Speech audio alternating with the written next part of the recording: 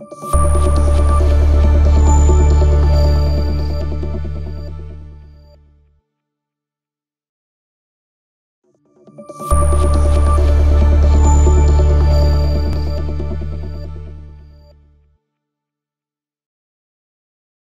le trône, parce que le trône lui convient et lui revient.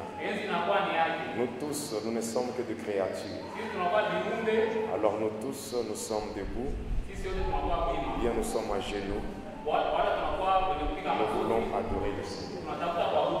Bien-aimés, soyons humbles devant le Seigneur. Qui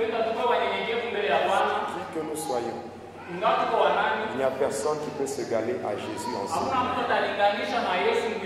Vous savez, pendant le temps d'adoration, lorsqu'on élève Jésus, que toi tu es assis, tu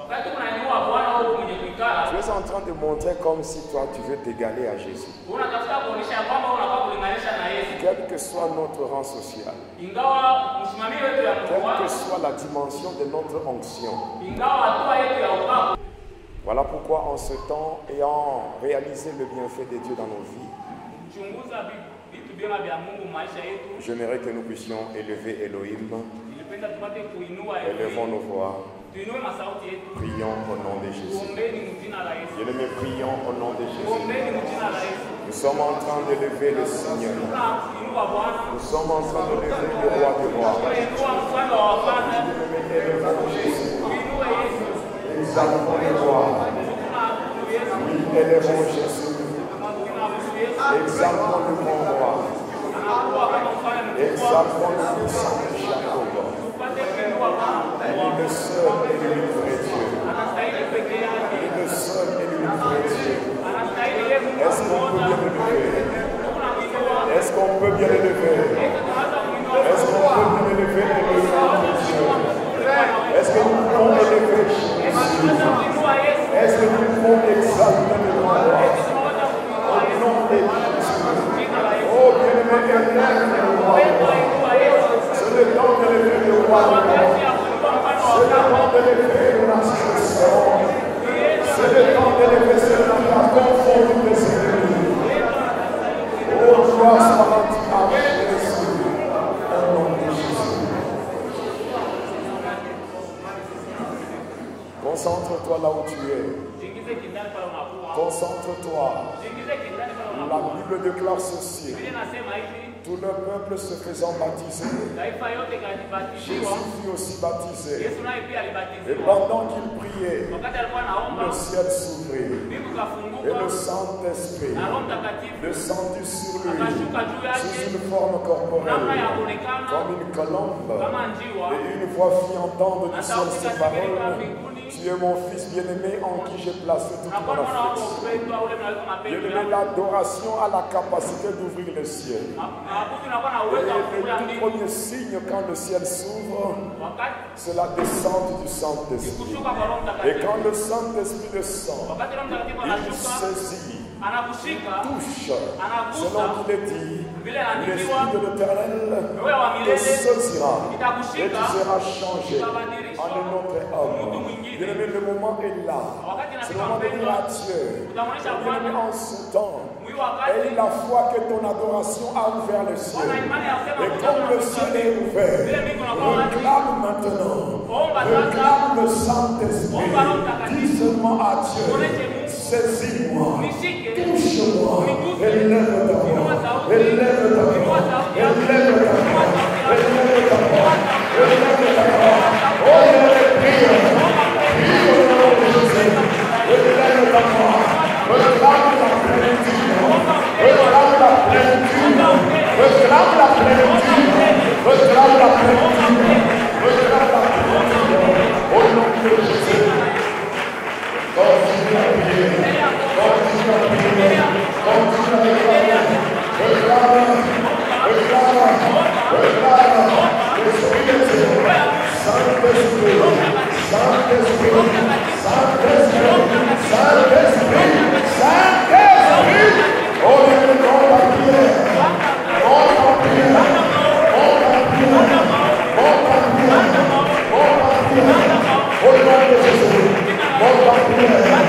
Réclame le Saint-Esprit. L'Esprit de Dieu.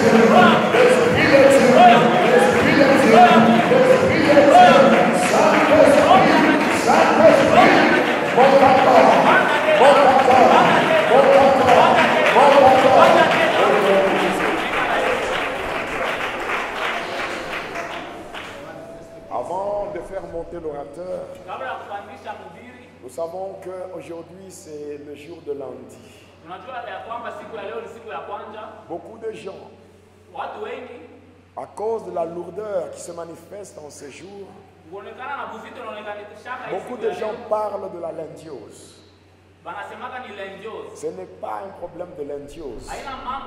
Par rapport au ministère de Satan, le jour de lundi, c'est le jour où Lucifer lui-même en personne travaille. Il travaille comme aussi ministre. Parce qu'il existe aussi ministre de Lucifer.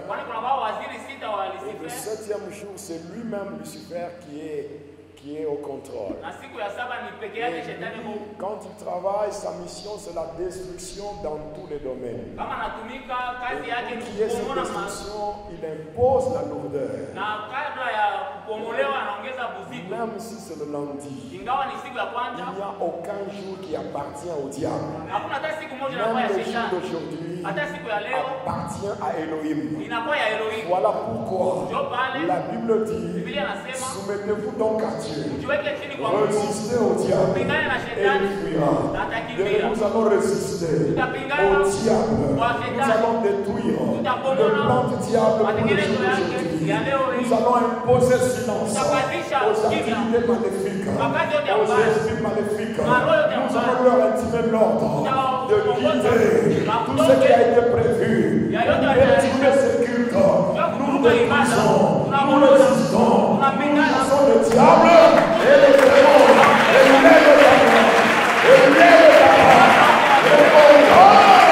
et au nom de Jésus, le diable n'a pas de place. Le diable n'a pas de pouvoir. Le diable n'a aucun pouvoir. C'est le temps de Dieu. C'est le temps de Dieu. C'est le temps de Dieu. C'est le temps de Dieu. C'est le temps de Dieu. Au nom de Jésus. Au nom de Jésus.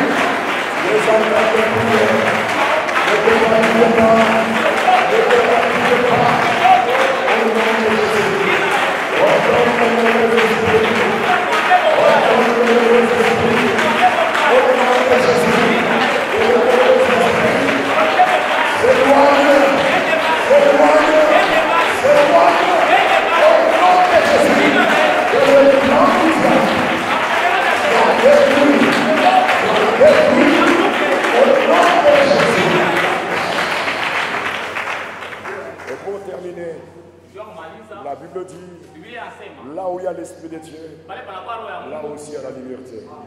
Nous voulons écouter la parole de Dieu en toute liberté. Nous voulons voir la puissance de Dieu. Que la liberté se manifeste par le Saint-Esprit.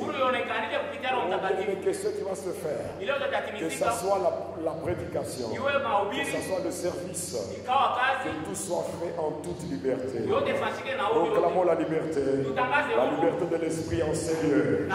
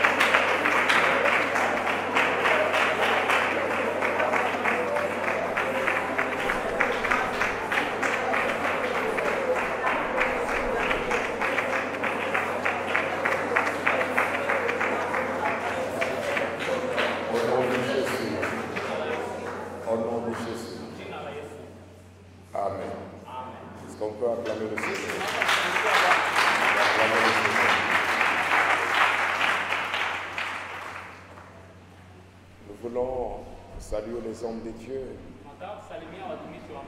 qui nous ont honorés par leur présence. Leur présence est une bénédiction pour nous. Leur présence est une bénédiction pour nous. La maison qui reçoit des visiteurs, c'est une maison qui est bénie. Voilà pourquoi nous le disons sans honte, sans avoir froid aux yeux. Nous disons que nous sommes bénis par leur présence. Alléluia. Nous voulons alors saluer ces hommes de Dieu qui sont venus nous honorer. Nous voulons saluer l'orateur qui nous a parlé hier. Il s'agit de l'évêque Jacques Méthode. Pendant qu'il se tient debout, nous allons le saluer. Le saluer pour la gloire de Dieu. Merci. Nous voulons encore saluer un autre homme de Dieu. Lui, vraiment, il est connu dans cette maison. Il s'agit du prophète Willy. Pendant qu'il se tient debout, le salut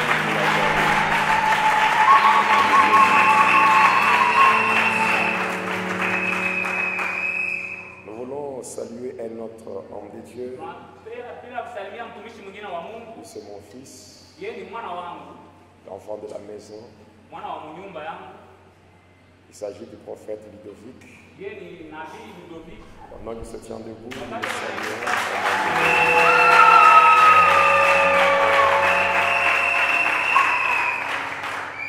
Et nous voulons également saluer l'un de nôtres. Hier, il devait être là, mais il était bloqué parce qu'il devait terminer un travail à Kipushi. Il est de Ekrissa, mais de l'extension du Kassapa. C'est le pasteur Jonas Kalao.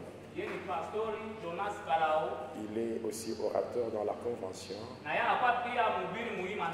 Pendant qu'il se tient debout,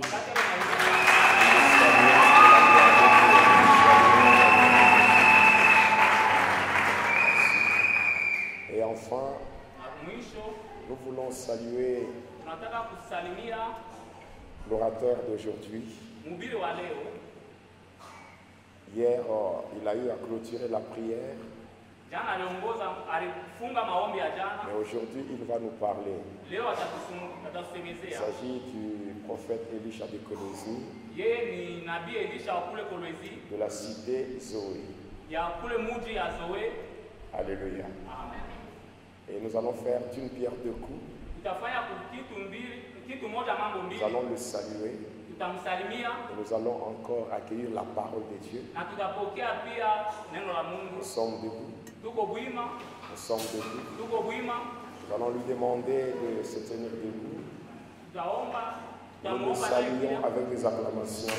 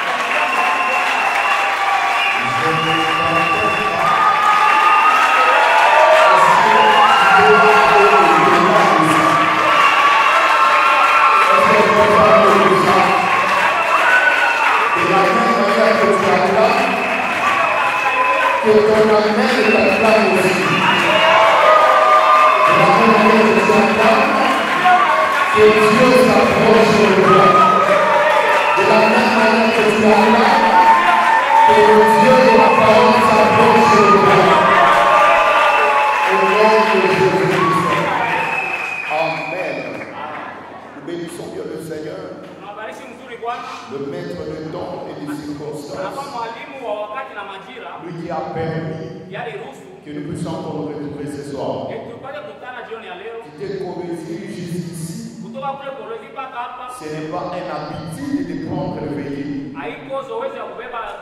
Mais nous sommes arrivés ici. C'est uniquement grâce à Dieu. Nous sommes reconnaissants à ce Dieu qui a permis encore que ces assises soient liées. Et nous disons merci à Dieu. Nous disons merci à l'évêque de pouvoir nous donner ce temps et nous considérer aussi parmi les orateurs, les grands orateurs, avec notre petite grâce. Nous disons aussi merci à tous les orateurs qui ont accepté de pouvoir travailler avec nous. Parce que nous avons déjà vu dans des grandes actions comme ça, lorsqu'il y a seulement la photo d'une personne, les autres disent non, parce qu'il est là. Moi je ne dirai pas. Nous disons encore merci aux hommes de Dieu. Et nous croyons fermement que la grâce de votre Dieu, ça va nous accompagner. Nous bénissons aussi l'Assemblée. Et nous disons que Dieu vous bénisse. Nous disons encore que Dieu vous bénisse. Nous disons encore plus fort que ça, que Dieu vous bénisse. Ah, ton amen est faible. Nous disons encore que Dieu vous bénisse. Alléluia. Ok, je réponds au nom du prophète Élisée Omela. Et je suis marié et père d'un enfant. Que le Seigneur soit béni. Et je ne suis pas venu seul, je suis venu avec ma femme et mon enfant et ma jeune soeur. Pendant que ma femme Marcia et ma jeune soeur célèbre, est-ce qu'on peut aussi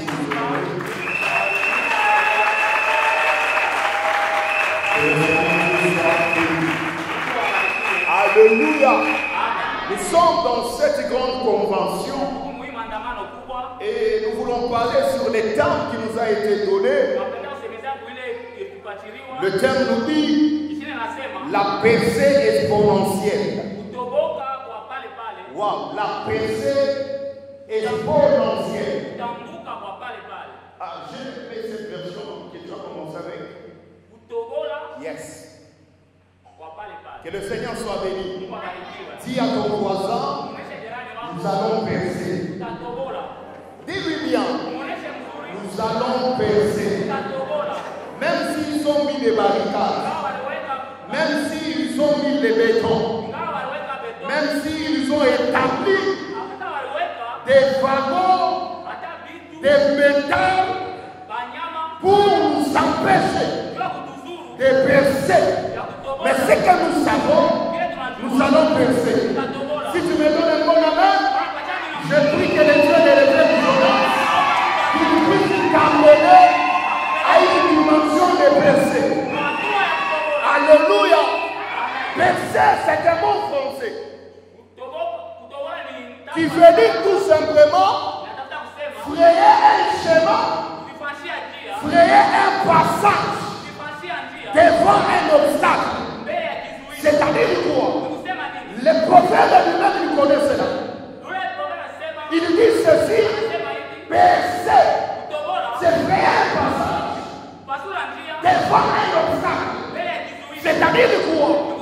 Même lui-même, il reconnaît qu'il y a un blocage, il y a un obstacle. Mais malgré cet obstacle-là, nous allons percer. Je lève encore ma main.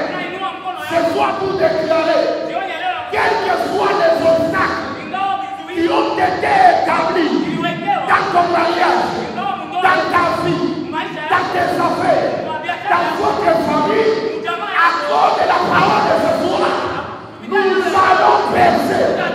Tu me donnes un bon amen, que l'onction de Dieu commence à percer avec toi. Oh nom de... Que le Seigneur soit béni. Et les mots exponentiels, nous voulons les définir aussi selon le français.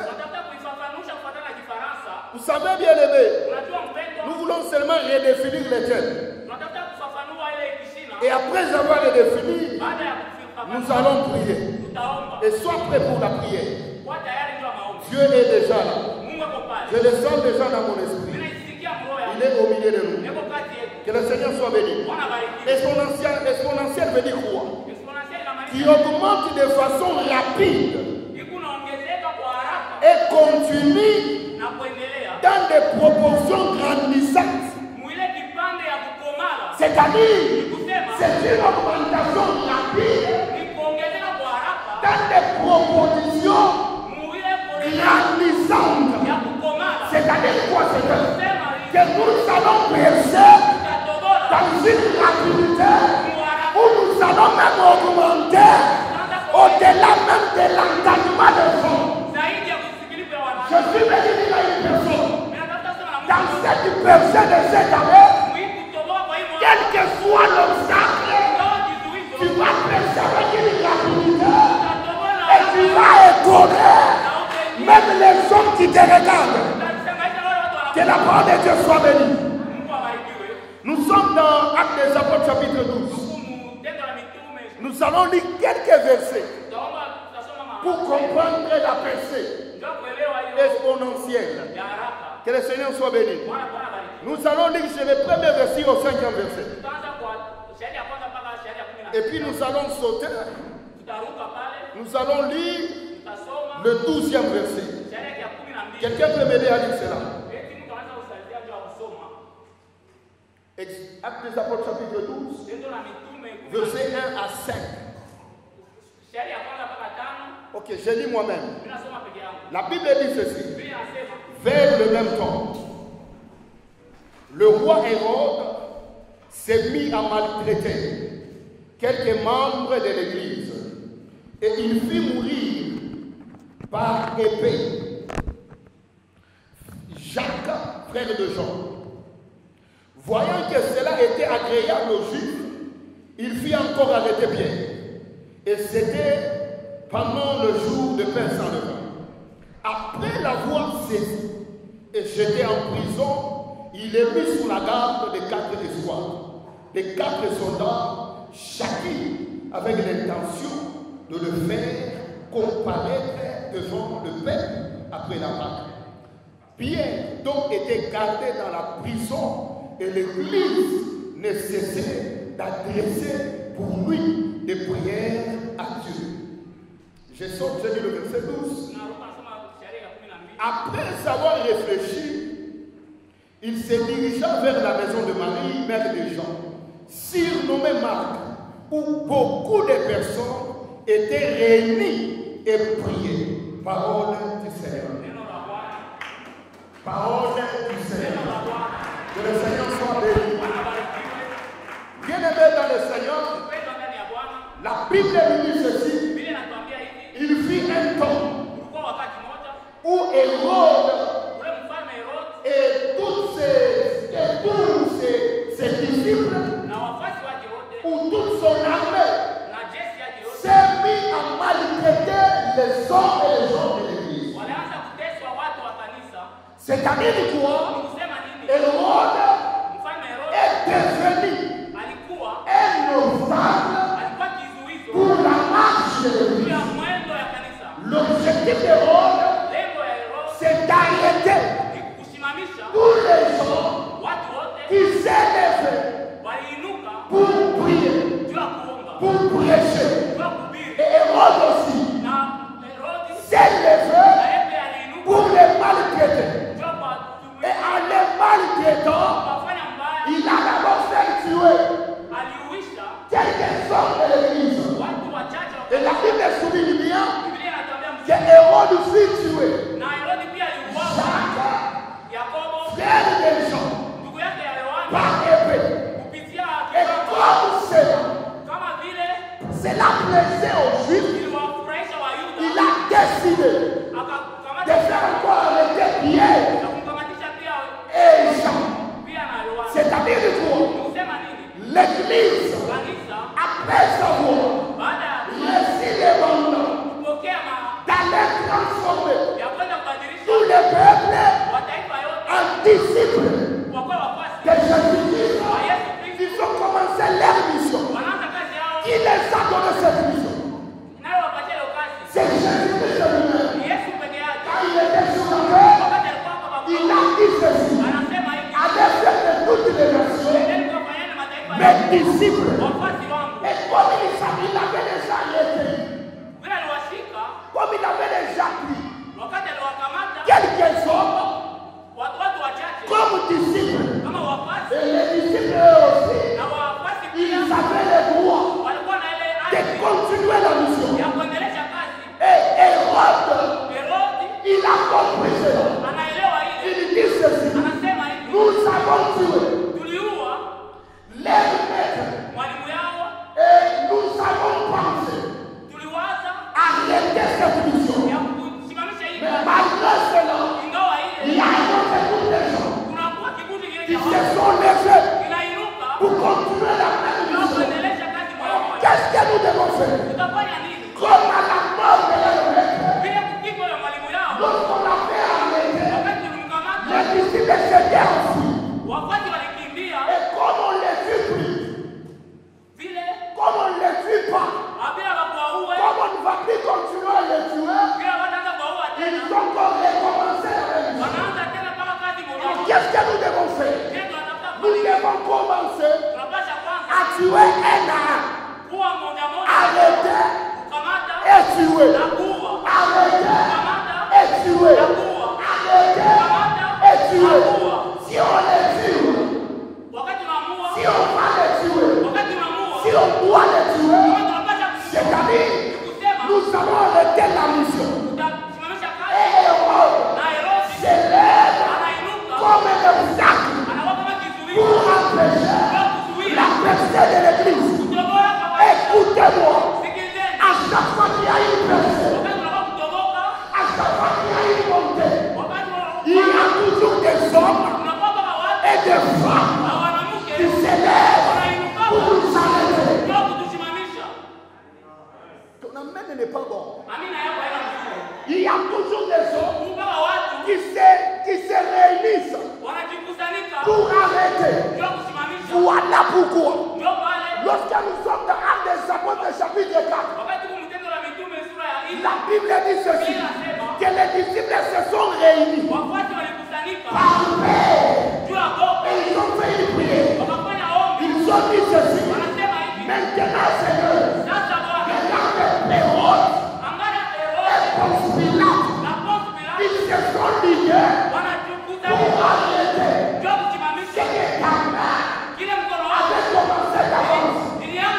Écoutez-moi, on ne peut pas parler de la personne si on ne constate pas qu'il y a des obstacles. On ne peut pas parler de la personne si on ne comprend pas qu'il y a des blocages. Et l'homme qui veut percer, c'est un homme qui regarde d'abord des familles. Des familles, il y a des obstacles. Un homme qui ne constate pas que des familles, il y a des obstacles. Cet homme ne peut pas percer. Que le Seigneur soit béni. Lorsque tu ne constates pas que tu es bloqué, lorsque tu ne constates pas que là où tu es, ce n'est pas là où tu dois être, il n'y aura pas de percée. Pour qu'il y ait une percée, il doit y avoir un blocage. Pour qu'il y ait une percée, il doit y avoir un combat. Pour qu'il y ait une percée, il doit y avoir des crocs en chambre. Je suis venu dire à quelqu'un, ils ont pensé te limiter en mettant des bétons sur toi, mais ils ont oublié que tu peux faire la percée. Tu m'as donné mon avis. Que les dieux de cette église commencent une personne avec moi. Tu m'as donné mon avis. Que les dieux de cette église, par le nom de Jésus-Christ, que tu commences la percée dans ta vie. Alléluia. Et quand on veut percer, il y a des dimensions. Alléluia. La première dimension, on peut percer un mur avec une forêt, mais à moyenne vitesse. À moyenne vitesse. Alléluia. Voilà pourquoi, quand même quelqu'un qui sait utiliser une forêt a des dimensions de vitesse. A des dimensions de vitesse. Et dans l'église, pour qu'elle puisse atteindre le niveau de la vitesse, l'église doit reconnaître la puissance de la prière. On ne peut pas penser dans les domaines surnaturels si on n'est pas un homme ou une femme de prière. On ne peut pas penser dans sa vie pour atteindre des dimensions surnaturelles si on n'a pas une vie de prière. Écoutez-moi, chaque personne dans la vie, que ce soit pour la personne financière, que ce soit la personne sur le point du travail, que ce soit la personne sur le point du mariage, tu ne peux pas penser à grande vitesse si tu n'es pas un homme ou une femme de prière. Tu me donnes un bon amen, je continue. Écoutez-moi, la Bible dit ceci, on a commencé à arrêter la marche de l'église. Qui est celui qui est en train d'arrêter la marche de l'église? La première personne, c'est un roi. C'est le roi héros. Qui est le roi héros? Un grand joueur de beaucoup de royaumes. Et pourquoi je parle de beaucoup de royaumes? Parce qu'en ce temps-là, il recevait les commandements de l'empereur du monde. Que le Seigneur soit béni. Écoutez-moi. En dehors des héros, il y avait l'armée qui marchait à côté des héros. Écoutez-moi. Lorsque quelqu'un veut mettre des blocages sur toi, il ne le fera pas seulement avec ses mains. Il sera avec ses mains. Il ajoutera aussi ses divinité. En dehors de ses divinité, il va créer une association pour être contre moi. Écoutez-moi, celui qui refuse la personne dans ton mariage, ce n'est pas seulement celui qui est en train de parler en mal de toi. Il y a aussi un autre groupe de gens qui sont en train de lui servir comme des sacrificateurs sorcelleries.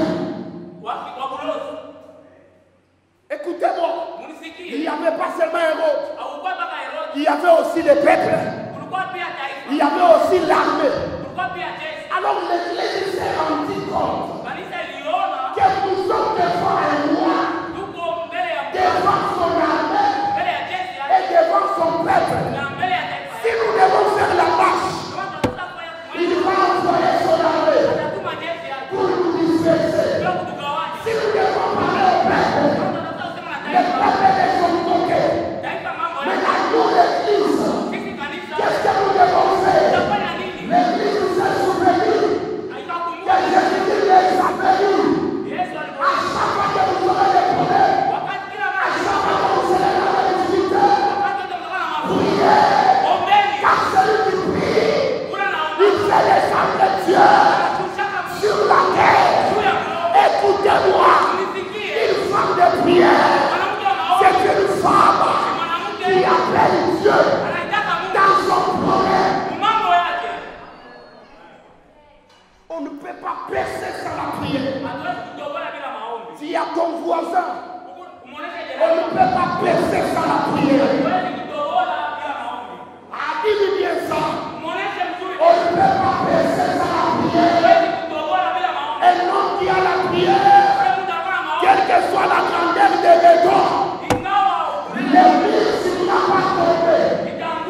C'est à ce titre-là que lorsque Israël devait entrer en Canaan, ils ont trouvé que Jéricho était barricadé. Ils ont trouvé que Jéricho était clôturé. Mais lorsqu'ils chantaient, lorsqu'ils priaient, l'église s'est écoulée. C'est l'ennemi qui est devant toi. C'est l'ennemi qui est devant ta destinée. C'est l'ennemi qui est devant toi. Je vais demander comme un prophète, à cause de ta prière de ce soir, quelle que soit la grandeur de ce jour-là, ce miracle finira par tomber. Oh Lord! Alléluia. Alléluia. Et la Bible dit ceci. L'église s'est tournée vers le ciel. L'église a commencé à prier. Quand est-ce qu'on peut faire une percée? Et quand est-ce qu'on doit prier? Première dimension. L'église a prié. Parce que l'église savait. En dehors de Dieu, il n'y a pas de solution. Je rentre dans le camp de l'évêque d'hier. Il a dit ceci. Avec Dieu, rien n'est impossible. C'est une croix. Là où l'église a constaté l'impossibilité, avec sa propre force, l'église a invité Dieu. Je suis venu dire à une personne, quels que soient tes problèmes, invite Dieu dans la prière et tu constateras que les problèmes que tu as, ça ne sera plus ton problème, mais ça sera le problème de Dieu. Je pensais que quelqu'un allait me donner un amen. Je pensais que quelqu'un allait me donner un amen. Tu ne peux pas évoluer, tu ne peux pas presser dans ce monde si tu n'associes pas Dieu. C'est à ce titre-là que la parole de Dieu déclare. Avec Dieu, nous ferons des exploits. Avec Dieu, nous ferons des exploits. Et il écrasera nos ennemis. C'est-à-dire quoi? Là où il y a Dieu, il y a des exploits. Je ne peux pas parler des exponentiels sans associer Dieu dans la vie. Ton amen est trop bas. Ton amen est trop bas. Ton amen est trop bas.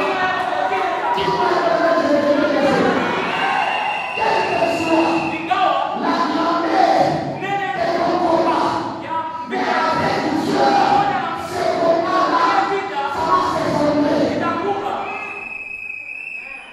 Ton amen, mon Dieu. Et la Bible dit ceci. L'église a commencé à prier. Ni bantu badje. C'est quel type de personne? Mais qu'on a mambo pas dunia. Qui ont des problèmes sur Mais qu'on a capté la solution pour lui. Ils ont refusé la solution du ciel. Ni bantu badje. C'est quelle sorte de Mais qu'on a mambo bukaji. Ils ont des problèmes au Mais la sema. mais ils sont Solution yetu. non des solutions. Ça ne sortira Mais pas de la coca pour lui. ça sortira du Ni ciel. bantu badje. Quel type de personne? Ou les qu'on a mambo pas dunia.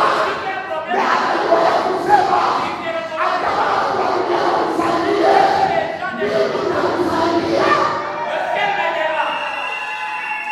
Ni partout marcher. Mais on a problème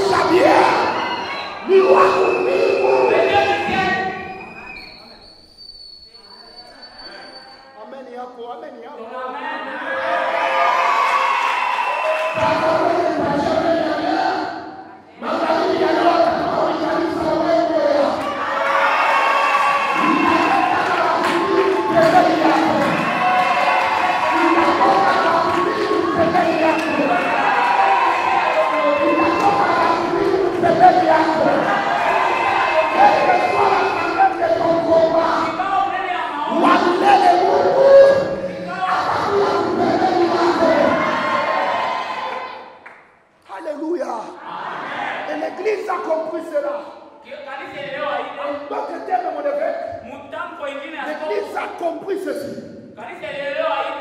Quand on a des problèmes sur la terre, la loi des hommes, quand on a des problèmes avec un homme, on doit régler avec un homme. Mais quand on a un problème, quand on est chrétien, la loi chrétienne maintenant, quand on a des problèmes avec les hommes, et qu'on a essayé d'arranger, ça ne marche pas, nous montons dans les cieux. Et pour monter dans les cieux, il faut monter à la dimension de la prière. Ah oui, à nous, à Kuoma. Ah oui, à nous, à Kuoma. Ne connais-tu pas donner des solutions à tes problèmes? Sema Bwana Yesu. Sema tena Bwana Yesu. Sema tena Bwana Yesu. Sema tena Bwana Yesu. Magharibi ya leo, Mungu wote kuna mambo na mie, ninamleta mbele yako, ninamleta mbele yako. Onoda, onoda. On ne peut pas faire quelque chose en rapidité si on n'associe pas le divin. Si on n'associe pas le divin, écoutez-moi, vous échouez encore. C'est pas que mon problème. Vous les amenez dans le règne des hommes. Écoutez-moi, la Bible dit ceci, maudit quiconque qui se retire dans l'homme. Hautaweza na bantu jua bantu ba dunia. Unaona wakati unateswa batakuya banasema micho mnakuletea vyakulia, micho mikuletea nguo, mekama unaanza kuvua la bien banaanza kusema atatonesha nini, shindo tukuya na kula natoka siamini pale mishukua na kitu kunisaidia me hapa mnakuwa na kitu twani na mnipigia mikono. Je suis venu parler à un homme. Il y a une percée exponentielle sur ta vie. Et la percée que tu vas faire, tu ne la feras pas telle que la marche de votre famille. Tu ne la feras pas la manière de la marche de votre quartier. Voilà pourquoi. Mais Dieu lui-même, lorsqu'il est venu sur la terre, il a voulu faire une percée exponentielle. Il n'a pas choisi la voie de l'homme, mais il a choisi son propre voie. Il est parti chercher une femme qui était dans le mariage, qui n'était pas encore dans le mariage, mais qui avait un enfant. Il voulait faire un enfant. C'est pas le droit. Il a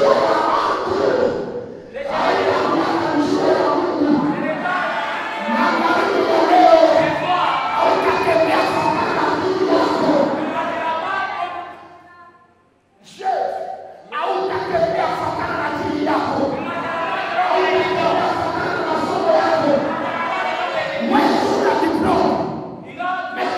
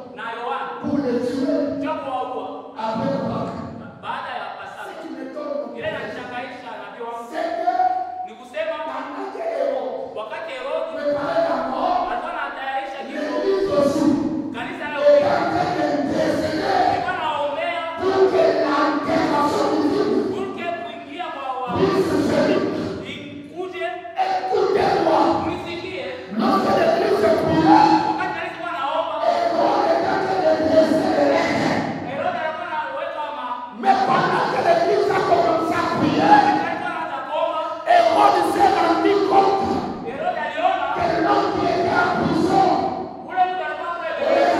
il s'est en train de pécher dans le marché. C'est-à-dire quoi?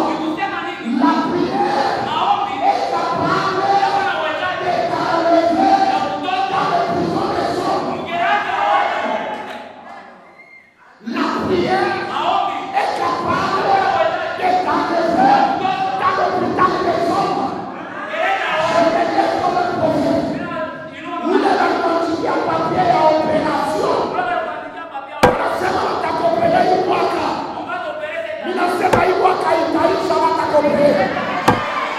Ninasema alepoisha itaisha watakuombea. Ameni yako mtoa ya Mungu. Wewe unakuja papier à opération.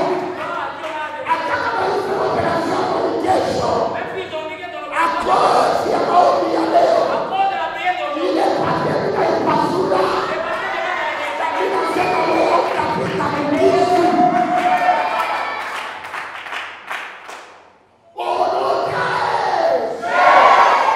L'église a commencé à prier. Et quand l'église priait le prophète, la Bible dit ceci, l'ange est descendu en prison. Écoutez, quand on veut parler de l'exponentiel, on veut parler de quelque chose qui va étonner. Ah, que ta bénédiction étonne ton quartier. Que ta bénédiction étonne ta famille. Que ta bénédiction étonne ta famille. Que ta bénédiction étonne ton quartier. Que ta bénédiction étonne ton église. Alléluia. Et la Bible dit ceci. Lorsque l'ange est descendu dans la prison, première des choses, il a d'abord brisé le chien. Et après avoir brisé le chien, il a dit à Pierre, mets ta ceinture, mets tes sandales et suis-moi. Shikani kwambie, kama Mungu anaingia mvita yako, si Dieu entre dans ta guerre, il ne restera pas derrière. Tu puisses avancer. S'il n'a pas encore, il ne t'a pas encore délié de là où on t'avait lié. Ce soir, que Dieu te délance.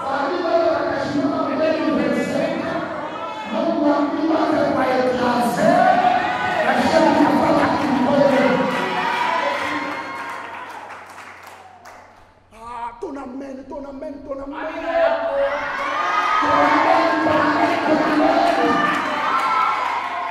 Que Dieu passe devant le toi. Alléluia. Et la Bible dit ceci. L'ange est passé devant lui. Il est passé à la première barrière. À la deuxième barrière. À la troisième barrière.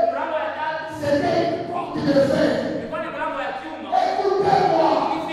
Quand on fait baisser, il y a des portes en bois. Il y a aussi des portes en fer. Je vous le dis à quelqu'un. Quelle que soit la qualité de la porte, Jésus-Christ de Nazareth, il est la clé partout. Il est la clé qui peut passer dans toutes les carrières. Magali Yaleo, c'est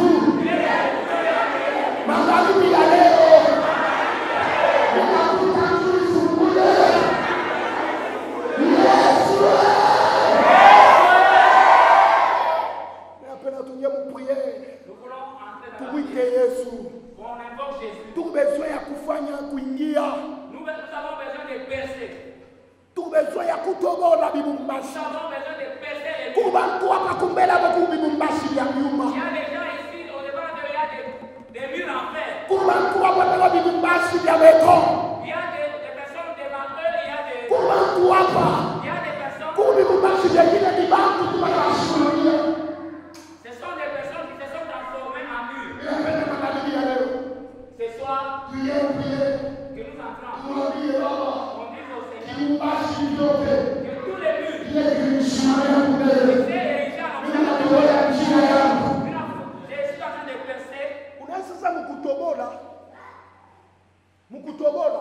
En perçant, Unaweza kutobola kantundu kaloko.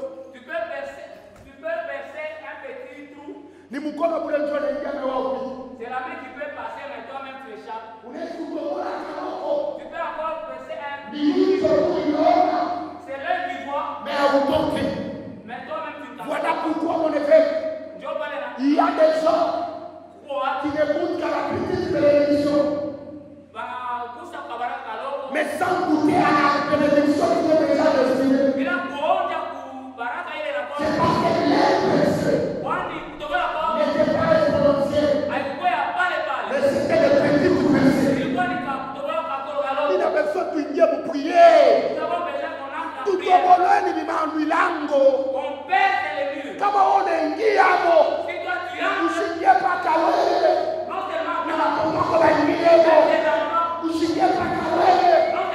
Na nyumba yako ingie hapo. Usiingie paka wewe.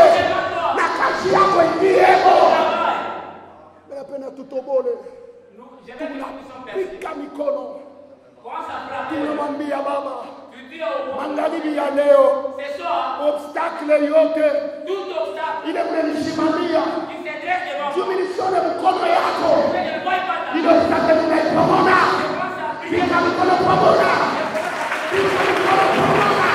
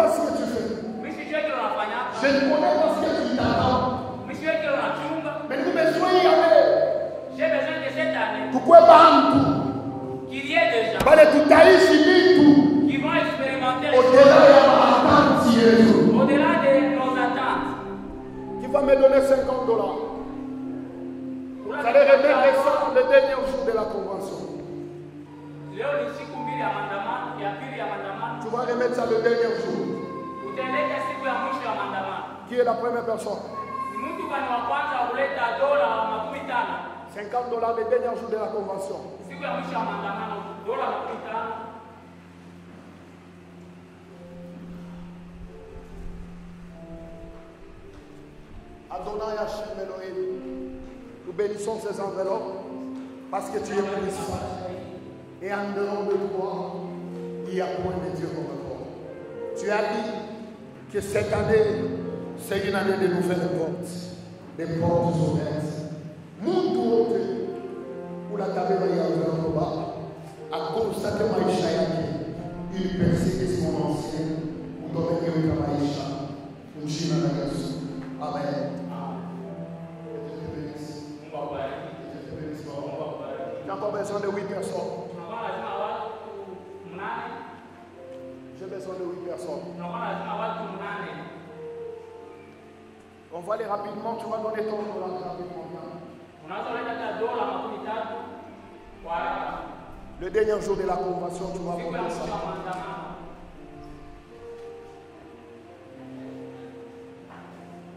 Alléluia. Que le Seigneur soit béni. Je ne force pas pour les enveloppes. Tu vas donner $20. Les dimanches, les derniers jours de la convention. $20,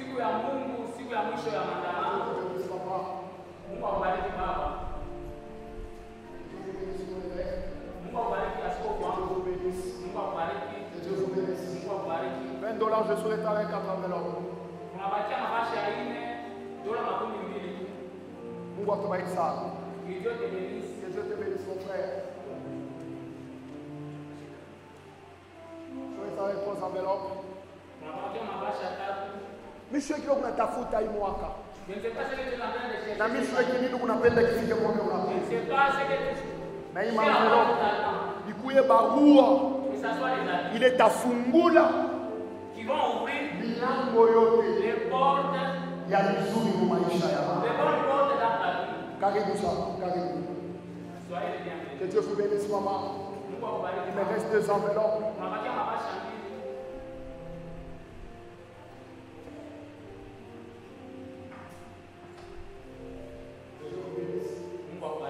Des enveloppes seulement. Mungu atubariki sana. Tu vas venir prendre, tu vas donner $10, $10. Que Dieu vous bénisse à suivre demain.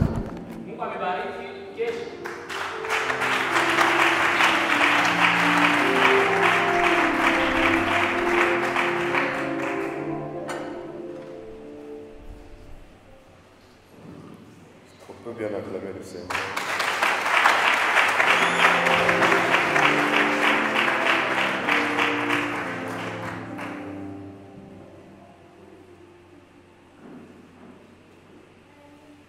Nous allons incliner notre tête en prière.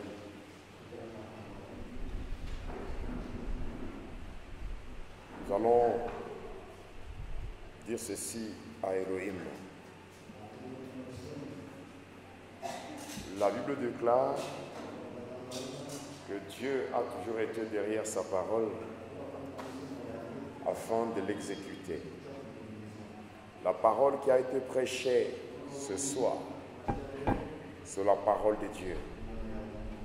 Alors que toutes les déclarations qui ont été prononcées, que ces déclarations qui ont été prononcées, la parole qui a été prêchée, que Elohim soit derrière tout ça et qu'il exécute cela dans ta vie et de manière exponentielle. Au nom de Jésus, parle à Dieu. Élève ta voix, prie au nom de Jésus. Je prie au nom de Jésus. Prie au nom de Jésus.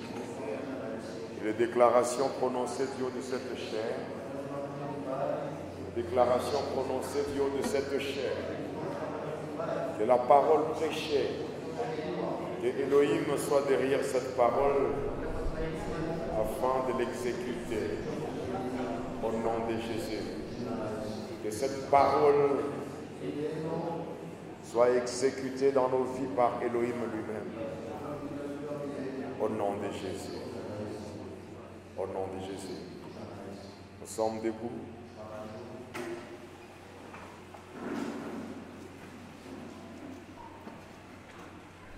Nous sommes debout vu que nous sommes déjà arrivés à la fin. Nous invitons le prophète Willy afin de clôturer ce culte. Au nom de Jésus.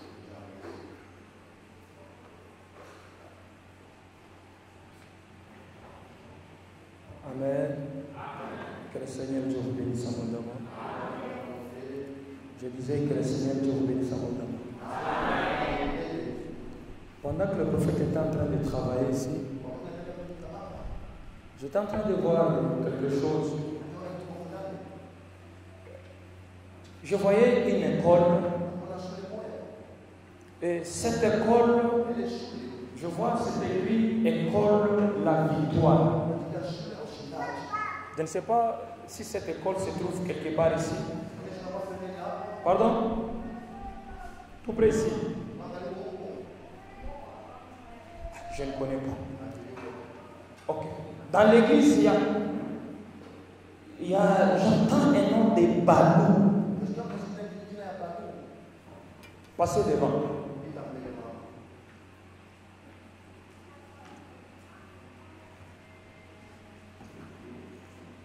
C'est vous, Balou? Voilà Kondo Balou. Il est où?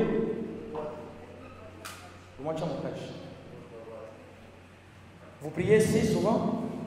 Mon évêque, maman, elle prie ici. Vous devez beaucoup prier. Pourquoi? Pourquoi j'ai dit de prier? Je vois quelque chose. Ce que je vois,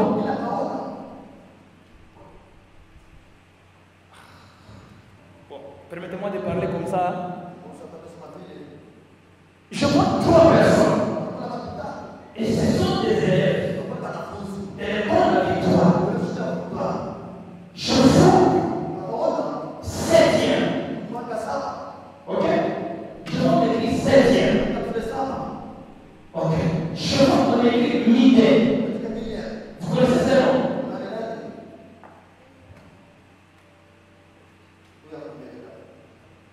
Je vois qu'on écrit 7e. Et faire la 8e. Pardon? 7e. Et étudie où? La Victoire. Priez beaucoup pour cet enfant. Pourquoi? Parce qu'il y a un esprit de sacrifice. Et cet esprit va passer à l'école. Dans la classe 7e, je vois, il y a 3 petits sorciers. Et ces 3 petits sorciers ont besoin de sacrifices dans leur classe.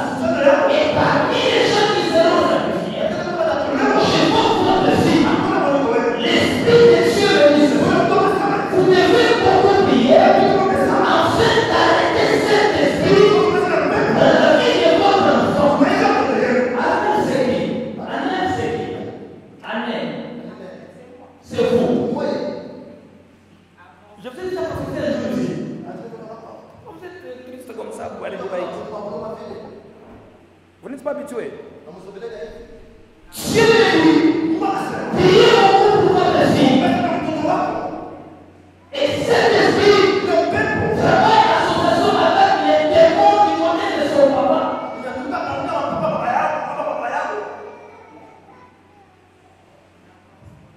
Alléluia. Alléluia. Papa, connaissez-vous bien? C'est vous. Je t'ai demandé si vous un jour. Priez beaucoup. Pourquoi? Je vois une très grande bénédiction. Je me dis, l'année qui va commencer, c'est là pour vous une année de visitation. Merci mon évêque. Maman, amenez votre fille ici.